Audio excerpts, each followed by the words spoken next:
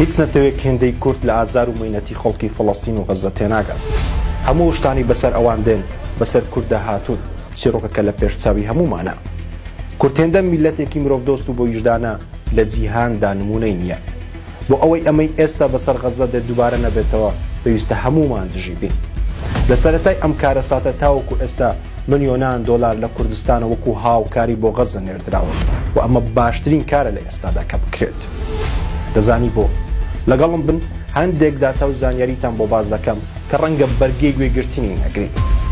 پێشەر شتێک ئەوەی ئێستا ڕوودەدات مێژوویەکی دووبارە نەبووەیە لە سەدەی 21دا، چونکە ڕۆژانە 250 کەس بۆ هۆکاری جیاواز دەکوژێن و ئەمەی ڕوودەدات لە شەڕی رووسیا ئۆکرانیا شۆن دەداوە. لە مانگی ئایاری ئەم ساڵ واتە مانگی پێنج تاوەکو ئێستا زیاتر لە 1000 کەس لە برسان مردون کە ڕژەیەکی زۆری منداڵ بوونە. ئەمە داتای گیرفانی من نییە، بەڵکو داتای ڕێکخراوی ئۆنڕوای سەربەنەتە یەکگرتووەکانە کە ڕێکخراوێکی فریاگوزاری و هاوکاریە و ڕۆژانە لە غەزە هاوکاری خەڵک دەکات. ئێستا لە غەزە هەموو کەسێک برسیە، دکتۆر، ڕۆژنامەنووس، پەرستار، تەنانەت خودی و کەسانێک کە خۆراکیش دابەش دەکەن برسی. لێکۆڵینەوەیەکی BBC دەری دەخات کە ئێستا لە 93 خەڵکی غەزە بەدەست برسیەتیەکی تون دەناڵێنن.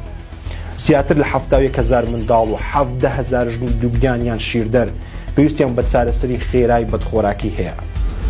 تاوەکو هەموو ئەمانە لە مردن و بەدخۆراکی ڕزگار بکرێن پێویستە 2 هەفتە لەسەر یەک بار هەڵگر لە دوای بار هەڵگر بچێتە نێو غەزە و خواردن بگەێنرێتە خەڵک. بپەی داتای چەندین سەرچاوە نزیکەی 1000 فەڵەستینی تەنها لە کاتی هەوڵدان بۆ دەسڕاگەیشتن بە خۆراک و یارمەتیە مرۆیەکان کوژراون. اینجا چ لە ژێر فشار و پاڵەپەستۆ یان بە چەکی نیشانە شکێن گرابنە ئامانج. لە غەزە ژیان نەماوە، هەموو شتێک دار و خاوە. لە کۆی 36 نەخۆشخانە تەنها 10 نەخۆشخانەیان لەسەر پێماون و ئەوانیش بەبێ دەرمان و پێداویستی پزیشکین. پۆلێنی ئاسایشی خۆراکی نەتۆ یەکگرتووەکان دەری دەخات کە غەزە گەیشتۆتە دوا قۆناغی برسێتی و ئەگەر بە خێرایی هاوکاری نەگەێنرێتە هەموو گۆشەیەکی غەزە گەورەترین کارەسات و مردنی بە کۆمەڵ بۆی برسێتیەوە ڕوودەدات.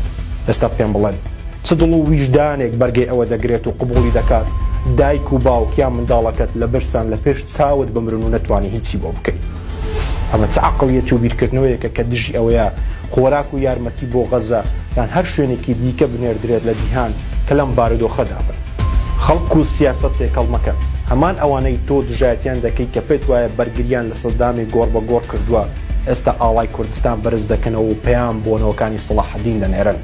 سوپاسی مرۆڤ دۆستی کوردەکەن و لە بەرامبەردا نەفرەت لە وڵاتانی دیکەی عەرەبی دەکەن. مرۆڤ بوون لە پێش هەر شتێکەوەیە.